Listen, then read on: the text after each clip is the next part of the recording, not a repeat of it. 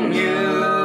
từng đổ bờ mơ nở thì mây bờ chừng như hương moihiman trời đầy nhớ bơi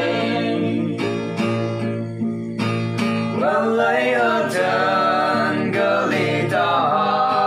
đây gặp Ngelei dâng lấy bờ tàu cơ ngày ông xương cơ ngày ông như thân tô bờ mơ Ngelei Athen cơ gắng siêu Litha nhỏ xem mây bờ sóng cơ Ngelei Athen cơ gắng siêu Litha đây làm hạn chi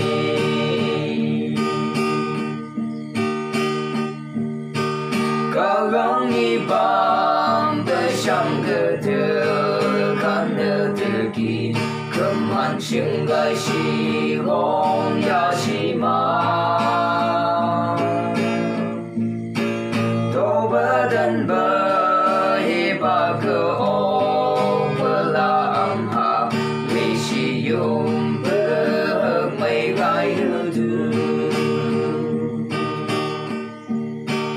ngày yang như đơn to bờ mơ Ngelei Athen cơ gắng siêu Litha đi gom hàng chi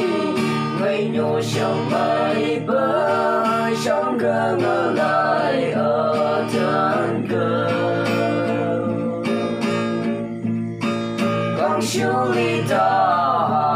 đi gom hàng chi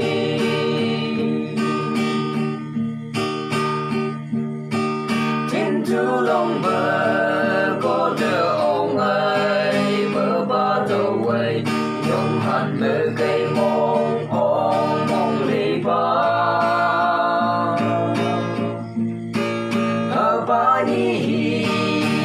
cơ lòng bờ buồn chừng như cờ mây mơ cây nhỏ trong mây bờ tam hà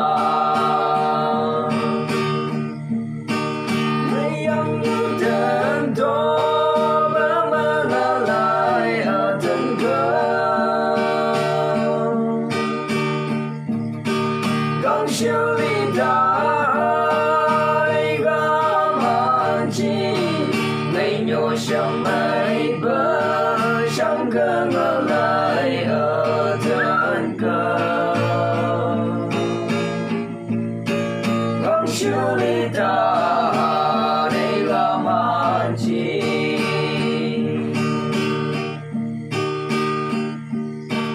bỗng nhiên chỉ còn bờ Litha từ trên cùng sắc cơ nở tô nở đơn đi trong cơ hàn sương hồ ấy ba trời nào thơ bờ